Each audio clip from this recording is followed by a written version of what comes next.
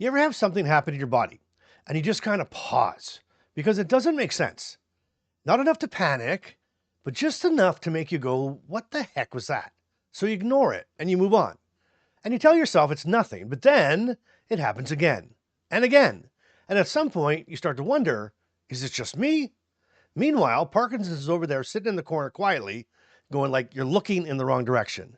Well, this is part 2 of this month's Who Knew? And these ones are the kind that you don't even think to connect. Not right away, not even close. But once you see it, you can't unsee it. So stick around. Who knew?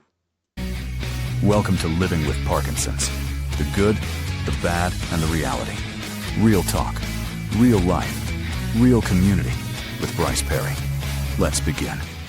Well, all right. Welcome back to Living with Parkinson's, the good, the bad, and the reality. Real talk, real life, real community. If you're new here, my name is Bryce, and I was diagnosed with Parkinson's about 15 years ago.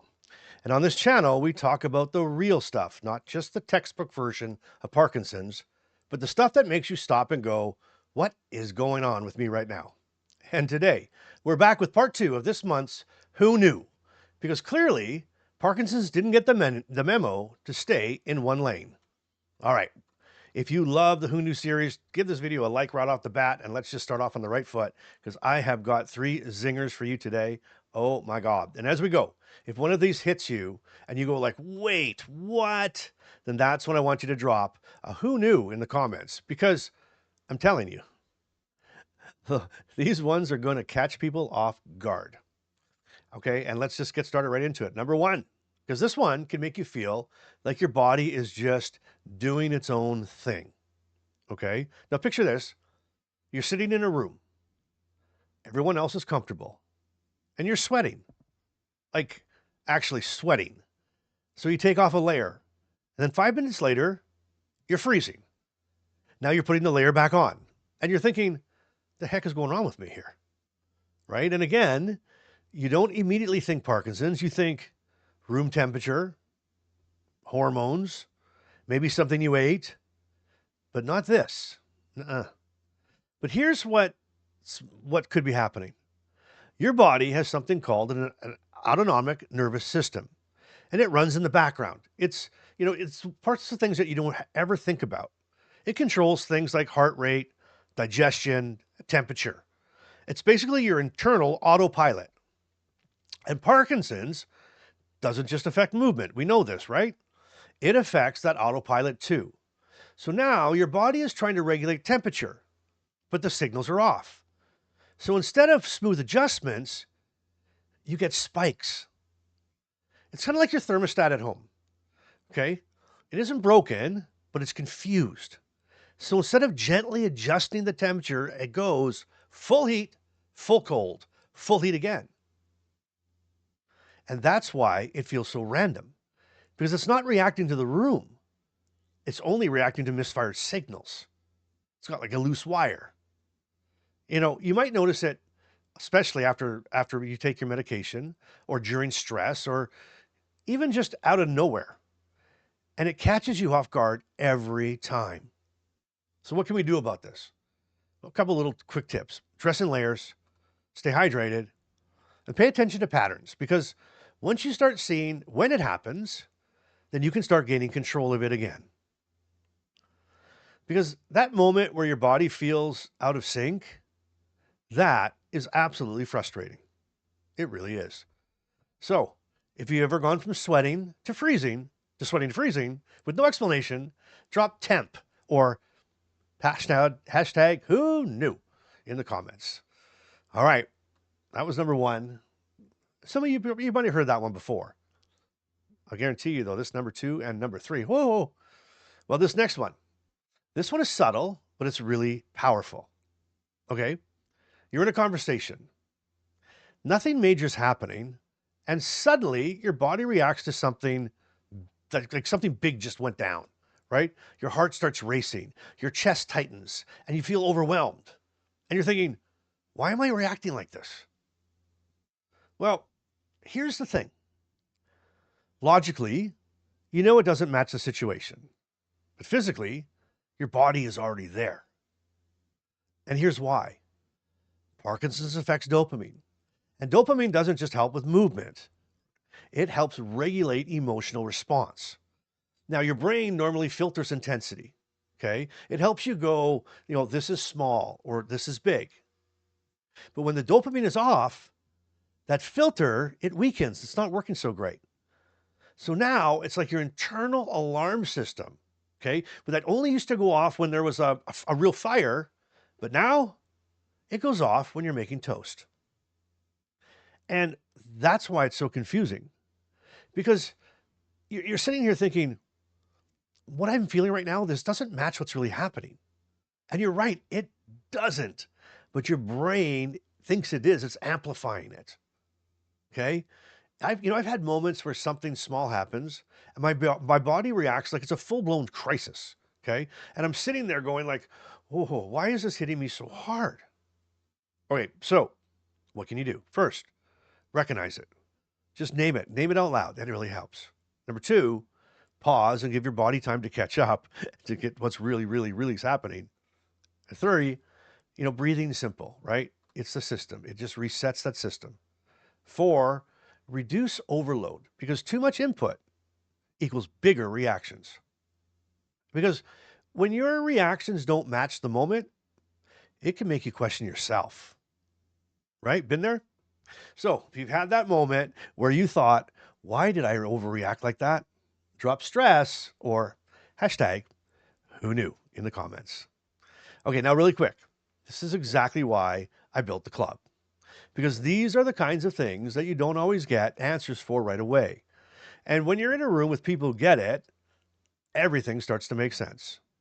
I'll tell you this right now. The second wave is full. We're on the third wave already. We're over, I think, about 450 people on the waiting list to get going. So if you've been thinking about it, don't wait. Don't wait. Free community. I'm building it just for you, just for us. The link is in the description below. I'll also pin it in the comments, because get in wave 3, because once it fills, you're waiting for the next wave. And the official opening isn't until July. And you want to get in there and hang out. Let's come in there and hang out. Okay, do that. Okay, this is the last one. This is the one. This is the one that you would never think is Parkinson's. Like, not even close. This one messes with your perception in a way that makes you question what you're seeing. And you know what? It's not what you're thinking. Because if you've had this one, you probably haven't told anybody about it. Now, I'll tell you exactly what it is right after Carmen's Care Partner Corner. This is what my wife Carmen asked me to read to you today. Sometimes the hardest symptoms are the ones we can't see. Because when we can't see them, we don't always understand them. And that leads to frustration on both sides. So instead of trying to fix everything right away, try to understand it first. Ask questions, listen, and most importantly, believe what your partner is telling you. Because just because something isn't visible doesn't mean it isn't real. Well, I'm telling you right there, that right there. Just because it's not visible doesn't mean it's not real. That's exactly what this next one is. I mean, exactly what it is. You ready? Here it is. Number 3. Have you ever looked at something and it just didn't look right? Okay, now it wasn't blurry, wasn't gone, just off or different. How about this? You're sitting in your living room and you glance over at a chair, and for a split second, you think somebody's sitting there, but they're not. Or you're walking down a hallway and something in your peripheral vision moves, but when you turn your head, nothing's there. Or this one, you're looking at the floor and it almost looks like it's shifting, like it's not flat. So you stop and you go, okay, what was that? Well, here's the part no one tells you. You don't say anything because you don't want to sound crazy. So you brush it off, you ignore it, and you tell yourself, oh, I am just tired. But here's what's actually going on. There is actually something going on. Your eyes are working just fine. Guess what? It's your brain. Parkinson's affects dopamine, right? And dopamine doesn't just control movement. Again, it helps your brain process and interpret information, including what you see. You see, your brain has a system that filters what's important and what's not. It fills in gaps, it smooths things out, and it keeps your visual world stable. But with Parkinson's, that system can misfire. So instead of just seeing what's there, your brain starts to misinterpret signals and it starts to exaggerate shapes or briefly fills in something that isn't actually there. It's like your brain is editing a movie, okay? But now it's adding in scenes that were never filmed. Now, I want to be really, really clear about this. This doesn't mean something is wrong with you mentally. It doesn't mean you're losing it. It means your brain's processing system is glitching. It's just glitching out. And here's why this matters. Because Parkinson's doesn't just affect the movement part of the brain. It also affects the visual processing pathways and the connection between what your eye sees and how your brain interprets it. And when dopamine drops, right, that communication gets noisy. So your brain starts to guess instead of confirm. Here's another example. Think about when you're tired, and you think you saw something move. That happens to everyone. Now imagine that, but happening more often and without being tired. It's wild. I guess we're always tired. But what can you do about this? First, don't ignore it. Talk to your doctor, because sometimes it can be medication related, it could be lighting related, or progression related. Second, you need to control your environment. Good lights matter. Reduce shadows. Less clutter, less confusion. Third, talk about it, because the worst thing you can do is to keep it to yourself. Because I know that moment when you see something and then it's not there, that can shake you a lot. It really can. So if you ever had that happen, even once, drop vision or hashtag who knew. Because I guarantee you there are people watching and listening right now thinking, wait a minute, that's happened to me. I'm not crazy. I'm not hallucinating. My brain just short-circuited for a bit. That's what it is. Thanks, Parkinson's. Who knew? I love it. I love these Who Knew.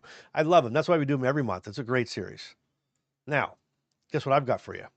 I have got your Bryceism of the episode. With Parkinson's, it's not always what your eyes see. It's what your brain thinks it sees that can change everything. There you go. If this episode made you stop and go, that's me, please share it, because somebody right now is dealing with one of these things and has no idea what's happening. And you can help them. All right, let me hear in the comments. Vision. What was it? Which one was it? Which one hit you the most? I want you to tell me. Let me know. I read every comment. Let's start a conversation. And you know what? Next month, I've got even more. Okay, well, until next time, I want you to keep showing up. I want you to keep being real. And I want you to keep doing life today. I love you, and I will see you on the next episode. Stay strong now. Parkinson's may be part of your life, but it doesn't get to define it. Thanks for listening to Living with Parkinson's, the good, the bad, and the reality. If this episode moved you, helped you, or reminded you you're not alone, share it with someone who needs to hear it. Want to go deeper? The Inner Circle is waiting. Monthly Zoom calls, 24/7 community, and a direct line to Bryce. You'll find the link in the show notes. Until next time, keep showing up and keep doing life today.